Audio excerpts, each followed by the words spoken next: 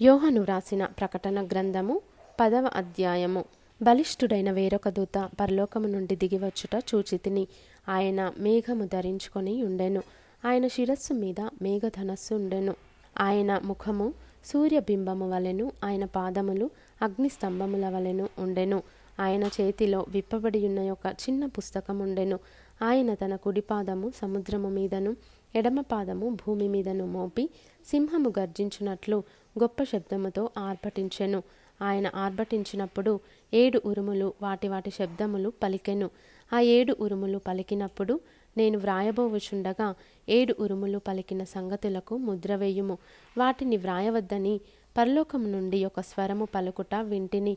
మరియు సముద్రము మీదను భూమి మీదను నిలిచియుండగా నేను చూచిన ఆ దూత తన కుడి చెయ్యి ఆకాశము తట్టు ఎత్తి పరలోకమును అందులో ఉన్న వాటిని, భూమిని అందులో ఉన్న వాటిని, సముద్రమును అందులో ఉన్న వాటిని సృష్టించి యుగయుగములు జీవించుచున్న వానితోడు ఒట్టు పెట్టుకొని, ఇక ఆలస్యం ఉండదు గాని 7వ దూత పలుకు దినములలో అతడు బూర ఊదబోవుచుండగా దేవుడు తన దాసులకు ప్రవక్తలకు తెలిపిన సువార్త ప్రకారము దేవుని మర్మము సమాప్తమగునని చెప్పెను.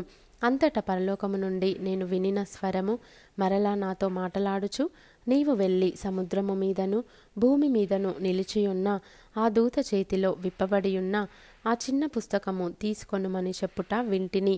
నేను ఆ దూత యొద్దకు వెళ్ళి ఈ చిన్న పుస్తకము నాకిమ్మని అడుగగా ఆయన దాన్ని తీసుకొని తినివేయుము, అది నీ కడుపుకు చేదగును గాని నీ నోటికి తేనె వలె మధురముగా ఉండునని నాతో చెప్పెను.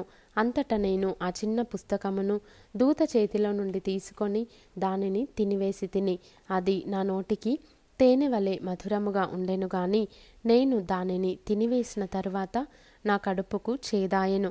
అప్పుడు వారు, నీవు ప్రజలను గూర్చియు జనములను గూర్చియు ఆయా భాషలు మాటలాడు వారిని గూర్చియు అనేక మంది రాజులను గూర్చియు మరలా ప్రవచింపనగత్యమని నాతో చెప్పిరి.